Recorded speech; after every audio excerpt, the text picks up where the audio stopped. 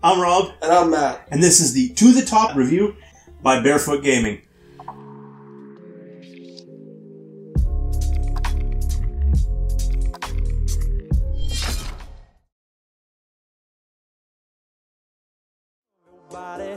Do what you want, gotta love what you want now. Be somebody, love your body. Do what you want, gotta love what you want now. Be somebody, and love your body. Do what you want, gotta love what you want now.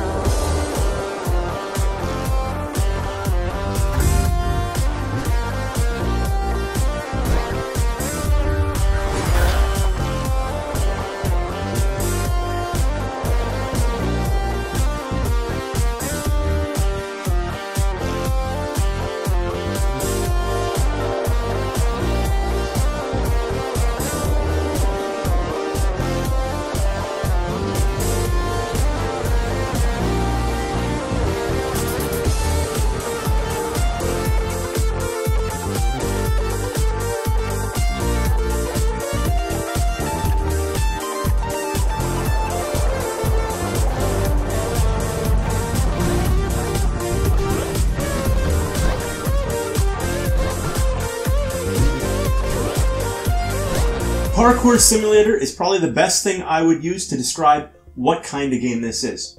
Matthew, give me some ideas of what you do in the game. So the game kind of plays out like a grapple game. You're trying to grab onto these items and swing from platform to platform, and you make your way through the level, either going up or down or up walls and stuff like that. It's a lot of fun. There are tracks that give you boosts. It makes you go faster the more often you jump if you don't pause in between. So if you need to get from one spot to another spot that's further away, by not stopping and actually, triggering from one jump to the next without a break, you're going to get even further and even faster. There are treadmills that kind of move around that give you boosts as well. Yeah. Some of the environments that you encounter? There's some where you're in a playroom and stuff like that, or you're out in the open, or you're on a highway and you have to climb skyscrapers and stuff like that. It's actually pretty good looking, and it's fun to just look at everything around you and see kind of what they've done with the space. The music is really pumping. It doesn't let you put in your own custom music, but I find that the music suits the game itself pretty well. The music itself is a little bit repetitive, but you don't really notice it while you're playing through the game. It's nice to have that upbeat music to go with the level itself. There's multiplayer mode, there's custom options, so the further you get in the game, the more stuff you'll unlock. There's things that you can touch. So how to unlock those items is basically, as you go through levels, you're going to see crystals flying over the place. When you click one of those crystals, that counts as kind of a point system or some sort of currency. And then when you go back into your main menu, you'll see your customization. You can get masks and hands and body types. And those little crystal thingies that they put all over the map, some of them they put in places where if you reach for it, you can't get out of. Right. Which is something that we actually didn't talk about. You can only propel yourself on these blue mats, or blue circles, or blue anything. Anything that is of any other color, if you stop and can't reach blue, you're stuck. It's very similar to Mirror's Edge that way. Yes. In fact, Mirror's Edge often came up in my mind with this, if you're familiar with it, because you're only interacting with the highlighted stuff. Right. So the game is $27.99, and there are 30 plus levels in the game. Even when you beat all the levels, there's still going to be the little things like those crystals that you want to try to find. The levels don't really seem like they are exactly like each other.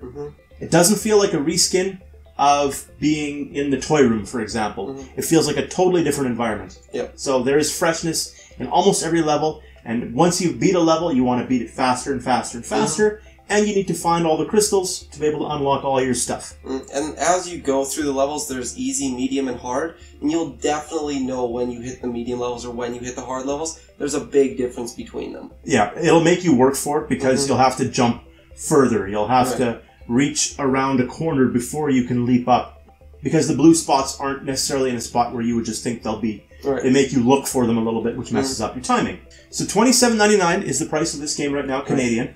Matthew, out of 5, how many disembodied hands out of 5 would you give this? I'd probably give the game about a 4 out of 5. It's a really fun game. I really like the music with it, the jumping around. I could see myself playing it probably quite a bit more.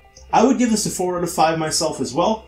I would throw a caveat or an asterisk on the back of that review because if you're prone to motion sickness, this game is probably going to mess with you. Myself, I struggled with motion sickness a little bit. I pushed myself through, but I'm also not on the super sensitive level, so it kind of depends. And again, mileage is going to vary on this based on... I have no issues with motion sickness, so it was fine for me, but really depends on who you are. I think you're better than me. Yeah, I am better than you. You would think that. Boy. Yeah.